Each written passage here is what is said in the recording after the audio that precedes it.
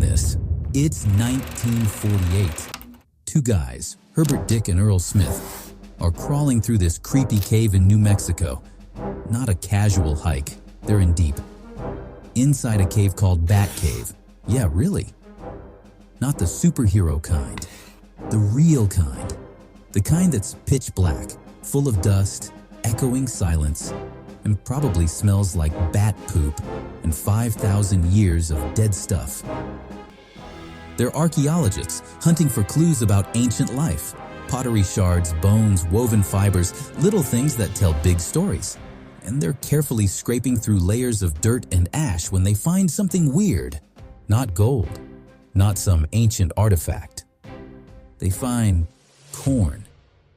A handful of tiny shriveled corn kernels buried in what used to be a basket. They're dry, fragile.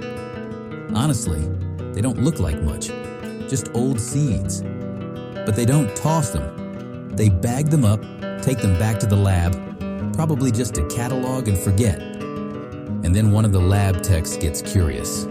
He heats them up. And that's when it happens. One of the kernels, nearly 6,000 years old, pops. Not burned, not blackened. It pops like it just came out of your microwave. That sound, that one single pop, it blew the lid off what we thought we knew. Because if popcorn could survive 5,600 years underground and still do its thing, it means popcorn's been around. Longer than metal tools, longer than the wheel, longer than written language. And not just around, it's been important. That little basket of kernels wasn't just a snack stash. It was a window into a civilization that saw popcorn as more than food, maybe even as a symbol. And this wasn't some fluke. Long before Netflix, before butter, before microwaves or movie theaters, popcorn was already blowing people's minds. You'd have to go way back at nearly 7,000 years ago to Peru and Mexico. People weren't just growing corn. They were selectively breeding specific types of corn with one goal: explosion. Because inside each kernel is a tiny drop of water. When you heat it up, that water turns into steam. Pressure builds up inside, and when it can't take it anymore, boom! It bursts into that white, fluffy thing we all know. Now picture this, a small fire crackling under the stars. Clay pots nestled into the coals. A group of kids sitting around wide-eyed. Someone tosses kernels into hot sand, stirs them around. Silence. Then, pop, pop, pop. The kids lose it.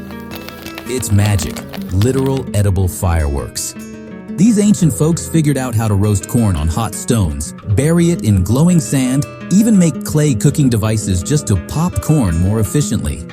They just watched, experimented, passed down what worked generation after generation.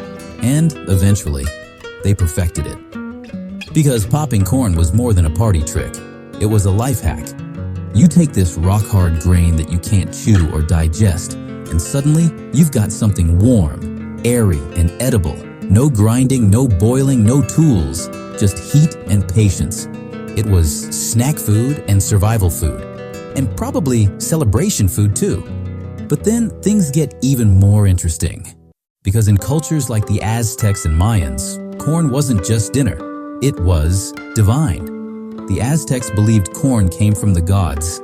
Entire festivals were built around it. They'd offer popcorn to Tlaloc, the rain god, tossing it into the air like a blessing. The Mayans went deeper. In their creation myth, the gods literally made humans out of corn dough.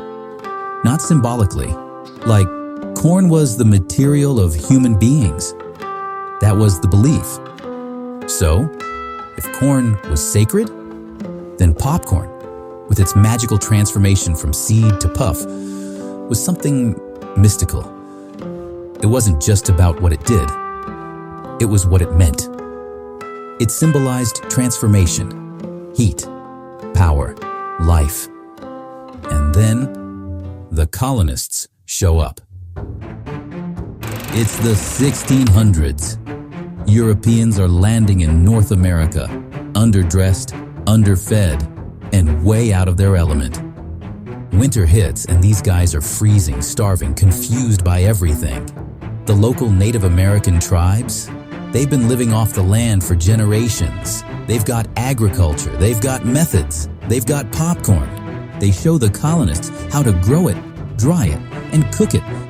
There's even a story, maybe more legend than fact, that at the very first Thanksgiving, a Wampanoag leader named Quadakina brought a deerskin bag full of popcorn as a gift. The colonists are baffled. A grain that explodes? They fall in love with it. They even start pouring milk and sugar on it, eating it for breakfast, basically inventing cornflakes a couple centuries early. Now fast forward to 1885, Chicago. America is buzzing with fairs, street performers, baseball games. It's loud, chaotic, the perfect time for a guy named Charles Creeders to roll in with a steam-powered popcorn machine. He's invented a way to pop corn right in front of customers using a mobile cart. And the smell? Unstoppable. People can't resist. They crowd around digging into bags of warm, salty goodness. Popcorn becomes a public obsession. Suddenly it's everywhere. It's cheap, it's tasty, it's pure profit. By the early 1900s, popcorn is the snack of America. But you know where it's not? Movie theaters. Early theaters were trying to be fancy. They were modeled after opera houses. Popcorn was too loud, too messy, too street. And standing outside the theaters? Popcorn vendors, selling it hot for 5 cents a bag. People start sneaking it in. Eventually, theater owners catch on. Popcorn is making more money than tickets. So they let it in. Then they start selling it inside. By the late 1930s, popcorn is saving theaters. No popcorn, no Hollywood. Then comes World War II. Sugar's rationed. Candy disappears. But popcorn? Popcorn is fine. You don't need sugar. You just need heat. Families start popping corn at home again, sitting around the radio during blackout drills, sharing bowls of popcorn, a little warmth in the middle of a scary time. The Red Cross even sells popcorn to raise money for the troops. By the time the war ends, popcorn isn't just food, it's culture. Now we're in the 1980s. Big hair, big TVs, blockbuster nights, and a little thing called microwave popcorn. Suddenly you don't need a fire, a pot, or any skills at all. You toss a bag in, press a button, wait for the popping to slow. Orville Redenbacher becomes a household name. Act 2, kettle corn, low fat, extra butter. Popcorn takes over grocery stores, family nights, late night cravings. It's not just a theater snack anymore. It's a home ritual. And today, popcorn's gone global. In Japan, it's sprinkled with seaweed and soy sauce. In Mexico, chili powder and lime. In India, masala spiced. In France, caramel coated. In Korea, cheese dusted. Wherever you go, someone's popping corn their own way. From sacred offerings to movie night to 6,000-year-old seeds in a Batcave. One tiny moment, one little pop, and everything changes. That's the magic of popcorn. And maybe, just maybe, that's the magic of life too.